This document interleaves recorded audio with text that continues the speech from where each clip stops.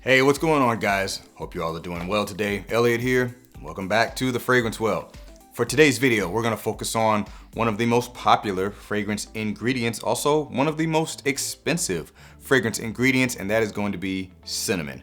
Are you guys fans of cinnamon and fragrances? I imagine the majority of you are. There's too many fragrances that are very, very popular in the community and outside of it to say that a majority of people don't like the smell of cinnamon in some type of way. So I've got 10 fragrances here that are going to feature cinnamon and also two types of cinnamon in general. Well, at least to my knowledge, because there is a form of cinnamon that is considered to be the most expensive, most highest quality, and then there's cinnamons that like fall underneath that. So you got your traditional ground cinnamon like I have here. I know the bottle's scraped off, but traditional ground cinnamon, and then the pinnacle of cinnamon is considered to be Ceylon cinnamon. That's this one right here.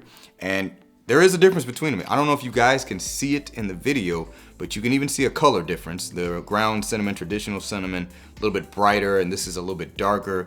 The smell of this compared to this, just think of how you think of cinnamon with the ground cinnamon and then the Ceylon cinnamon.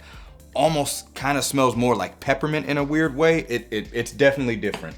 And there are fragrances that feature Ceylon cinnamon as the given note, and I would say you can kind of notice the difference between them. So let's go ahead and go over the 10 cinnamon fragrances I have, but before we get started, please remember to like the video, subscribe to the channel if you haven't already, and please remember hit that bell icon and enable notifications so you can be notified when I upload new videos.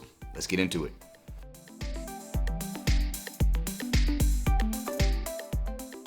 All right, first one's coming from the house of Xerjoff, and this is gonna be Alexandria II. Xerjoff, Alexandria II. Yes, this is a personal favorite of mine, and I think the cinnamon makes a big difference in how much I like this scent. You got cinnamon combining with apple and lavender, and then there's some florals and rich woods, exotic woods, two types of oud, some other elements. I think there's like some amber accords in this. And the cinnamon comes out right away. It's not, well, usually cinnamon is not something you have to wait for in a fragrance. That usually is either there throughout the life of the entire fragrance for the most part, or it's, you know, something that's there for the earlier stages. Excellent stuff. Yes, so lavender, apple, cinnamon, that combination there I think is what I like the most in terms of how the cinnamon comes across in this. And then I love the varieties of oud in this fragrance, but cinnamon, great part of this scent. I don't know if the other versions of Alexandria also feature cinnamon. I actually haven't really smelled them intently. I've never smelled the original Alexandria, and I've briefly smelled Alexandria III, but nevertheless, this one is still overall the most popular, and cinnamon is an important reason as to why, in my opinion, or at least it is for me. Once again, from the house of Xerjoff, this is Alexandria II. All right, next one's coming from By Kilian. This is gonna be Angel Share. By Kilian, Angel's Share. Obviously, very popular fragrances in it. Very popular fragrance in and outside of the community. And yep, cinnamon, big part of this one. This one also has a little bit more of a smoky feel to it with notes like chestnut. I can't remember if there's nutmeg in this, but I do think there are some other spicy elements. Very much gourmand, a little bit boozy, very sweet, kind of nutty, very rich. And the cinnamon in this certainly plays a role in the makeup of this fragrance and what makes it so popular. Very much has a holiday vibe to it. It's certainly a scent that I honestly don't wear as much as I thought I would when I got it. It's not that I don't like it as much. It almost just comes across as a little bit situational for me, and because it's heavy and leaning towards the gourmand area, I actually found that I don't like to wear gourmands a ton. I like them, but I don't really like to wear them a lot. But this is still a great fragrance, and that cinnamon is definitely an important makeup of this scent. So once again, from the house of By Kilian, this is Angel Share. Next up, got one from the house of Lalique. This is gonna be Ombre Noire. Lalique, Ombre Noire. Talked about this one quite a bit last year. This one, definitely a holiday vibe fragrance to me. I kind of like to describe it as smelling like a whiskey cellar at the holiday season at Christmas time, because definitely has a boozy element, very dry, woody element, smell of peppermint and cinnamon, giving that spicy holiday vibe that I like to compare it to.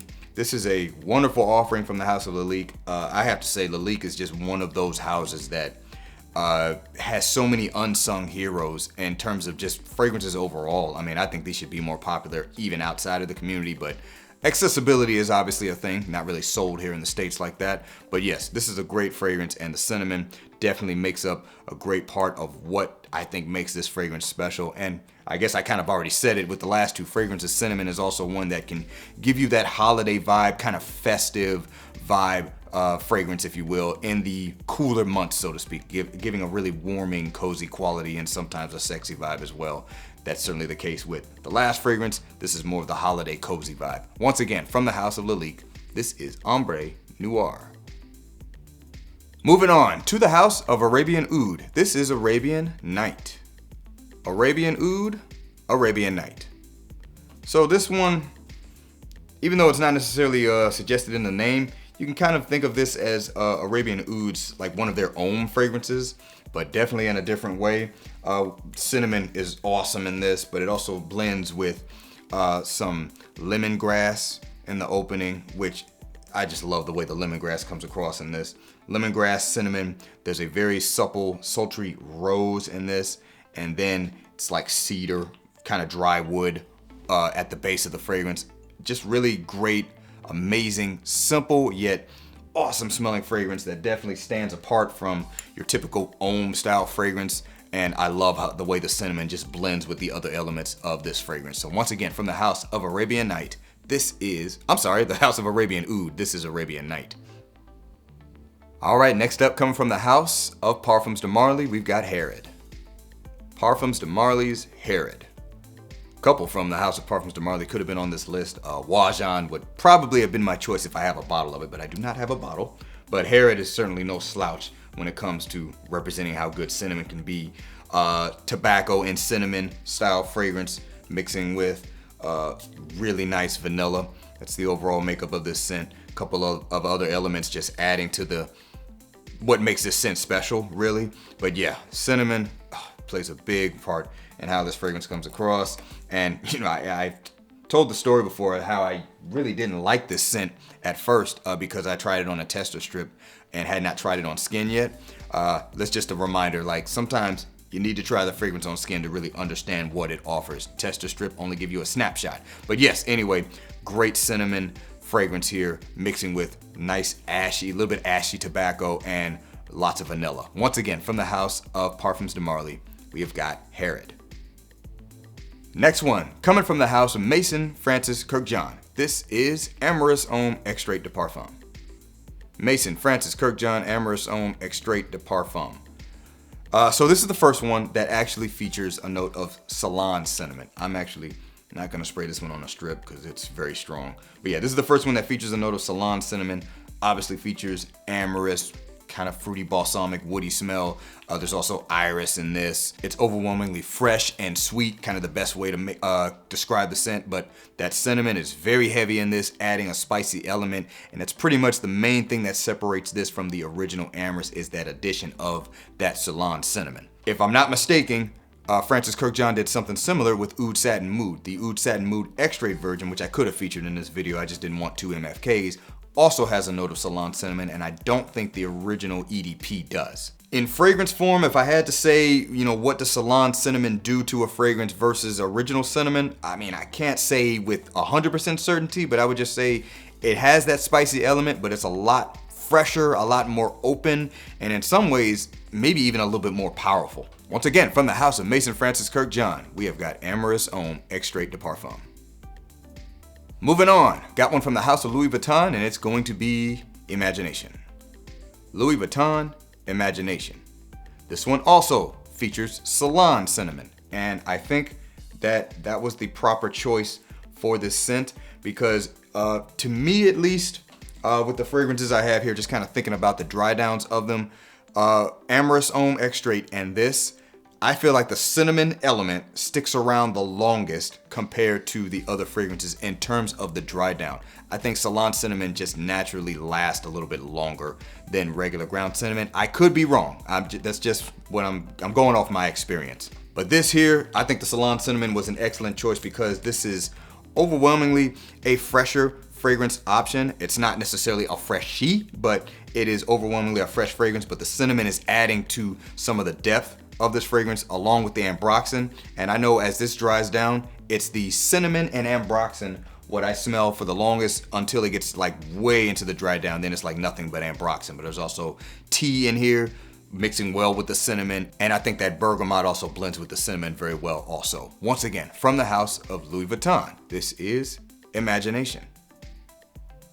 Next one is coming from the house of Thameen, and this is gonna be Amber Room, a tiny bottle. Thameen Amber Room. So I've talked about this before. This is best described as, at least to me, Thameen's take on Dior Ombre Noire. I just sprayed my hand, it's on my hand now. But it definitely stands on its own. I don't own Ombre Noire, but I have smelled it a couple of times, so I can't say I can completely pick out the differences, but I do think this one is its own take, if you will. Cinnamon being a big part of that. Now the cinnamon in this is taking a little bit more of a backseat. It's kind of a part of the overall blend of the scent. I don't know if Ombre Noire has cinnamon in it. If it does, somebody let me know down in the comments below. I'm not looking at the notes at this moment, but yes, this one has like a lot more citrus elements on the top, at the top of the fragrance. I know there's grapefruit in here. And as it dries down, it gets a little bit more ambery. There's a lot of patchouli in there as well, but that spicy element is always just kind of lingering a little bit more in the background, but it's definitely there, and cinnamon is a part of that. So once again, from the house of Thameen, this is Amber Room. All right, next one's coming from the house of Issey Miyake. We have got L'Eau d'Issey Pour Homme Noir Ambre.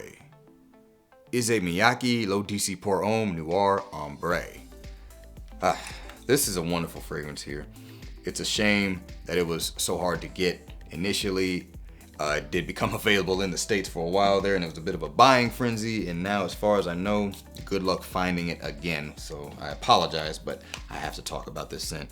Wonderful fragrance that does have a note of cinnamon. There's other spices in here as well. A lot of saffron, giving a leathery feel to the fragrance, mixing with that amber, but there's also cinnamon. I can't remember if there's another spice featured in this, but this is wonderful. If you like spicy amber fragrances with a leathery touch, Noir Ambre definitely kind of covers that sector of fragrances. But cinnamon, this is another one where the cinnamon is there, but it's kind of more so in the background. I wouldn't say it's the featured spice. That's definitely gonna be the saffron in this one, but you do get that cinnamon warm-like feel in this fragrance, and it is amazing. Once again, from the house of Issey Miyake, this is L'Eau d'Issey Pour Homme Noir Ambre. All right, and last but not least, coming from the house of Dior, we have got Sauvage Elixir. Dior Sauvage Elixir. All right, so I know I've talked down this fragrance quite a bit, but look, I still like it. It's just not as much of a love as it was when I first got it, but I still remember when I first got my nose on this scent and how blown away I was by it, and that spicy element is definitely what drew me in.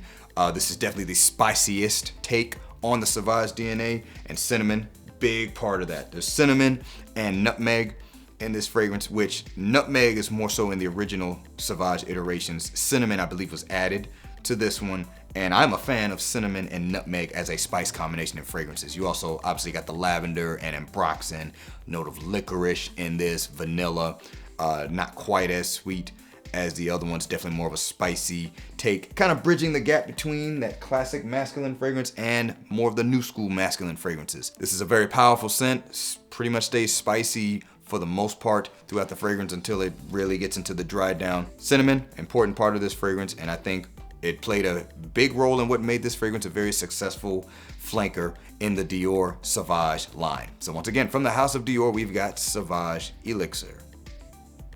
All right, guys, that is gonna do it for this video. Let me know down in the comments below, are you a fan of cinnamon fragrances? And let me know what some of your favorite cinnamon fragrances are. Looking forward to seeing what you guys have to say. Thanks again for watching all the way into the end. Really do appreciate you guys. Please remember to be well and smell well, and I'll see you in the next episode of The Fragrance Well. Have a good one.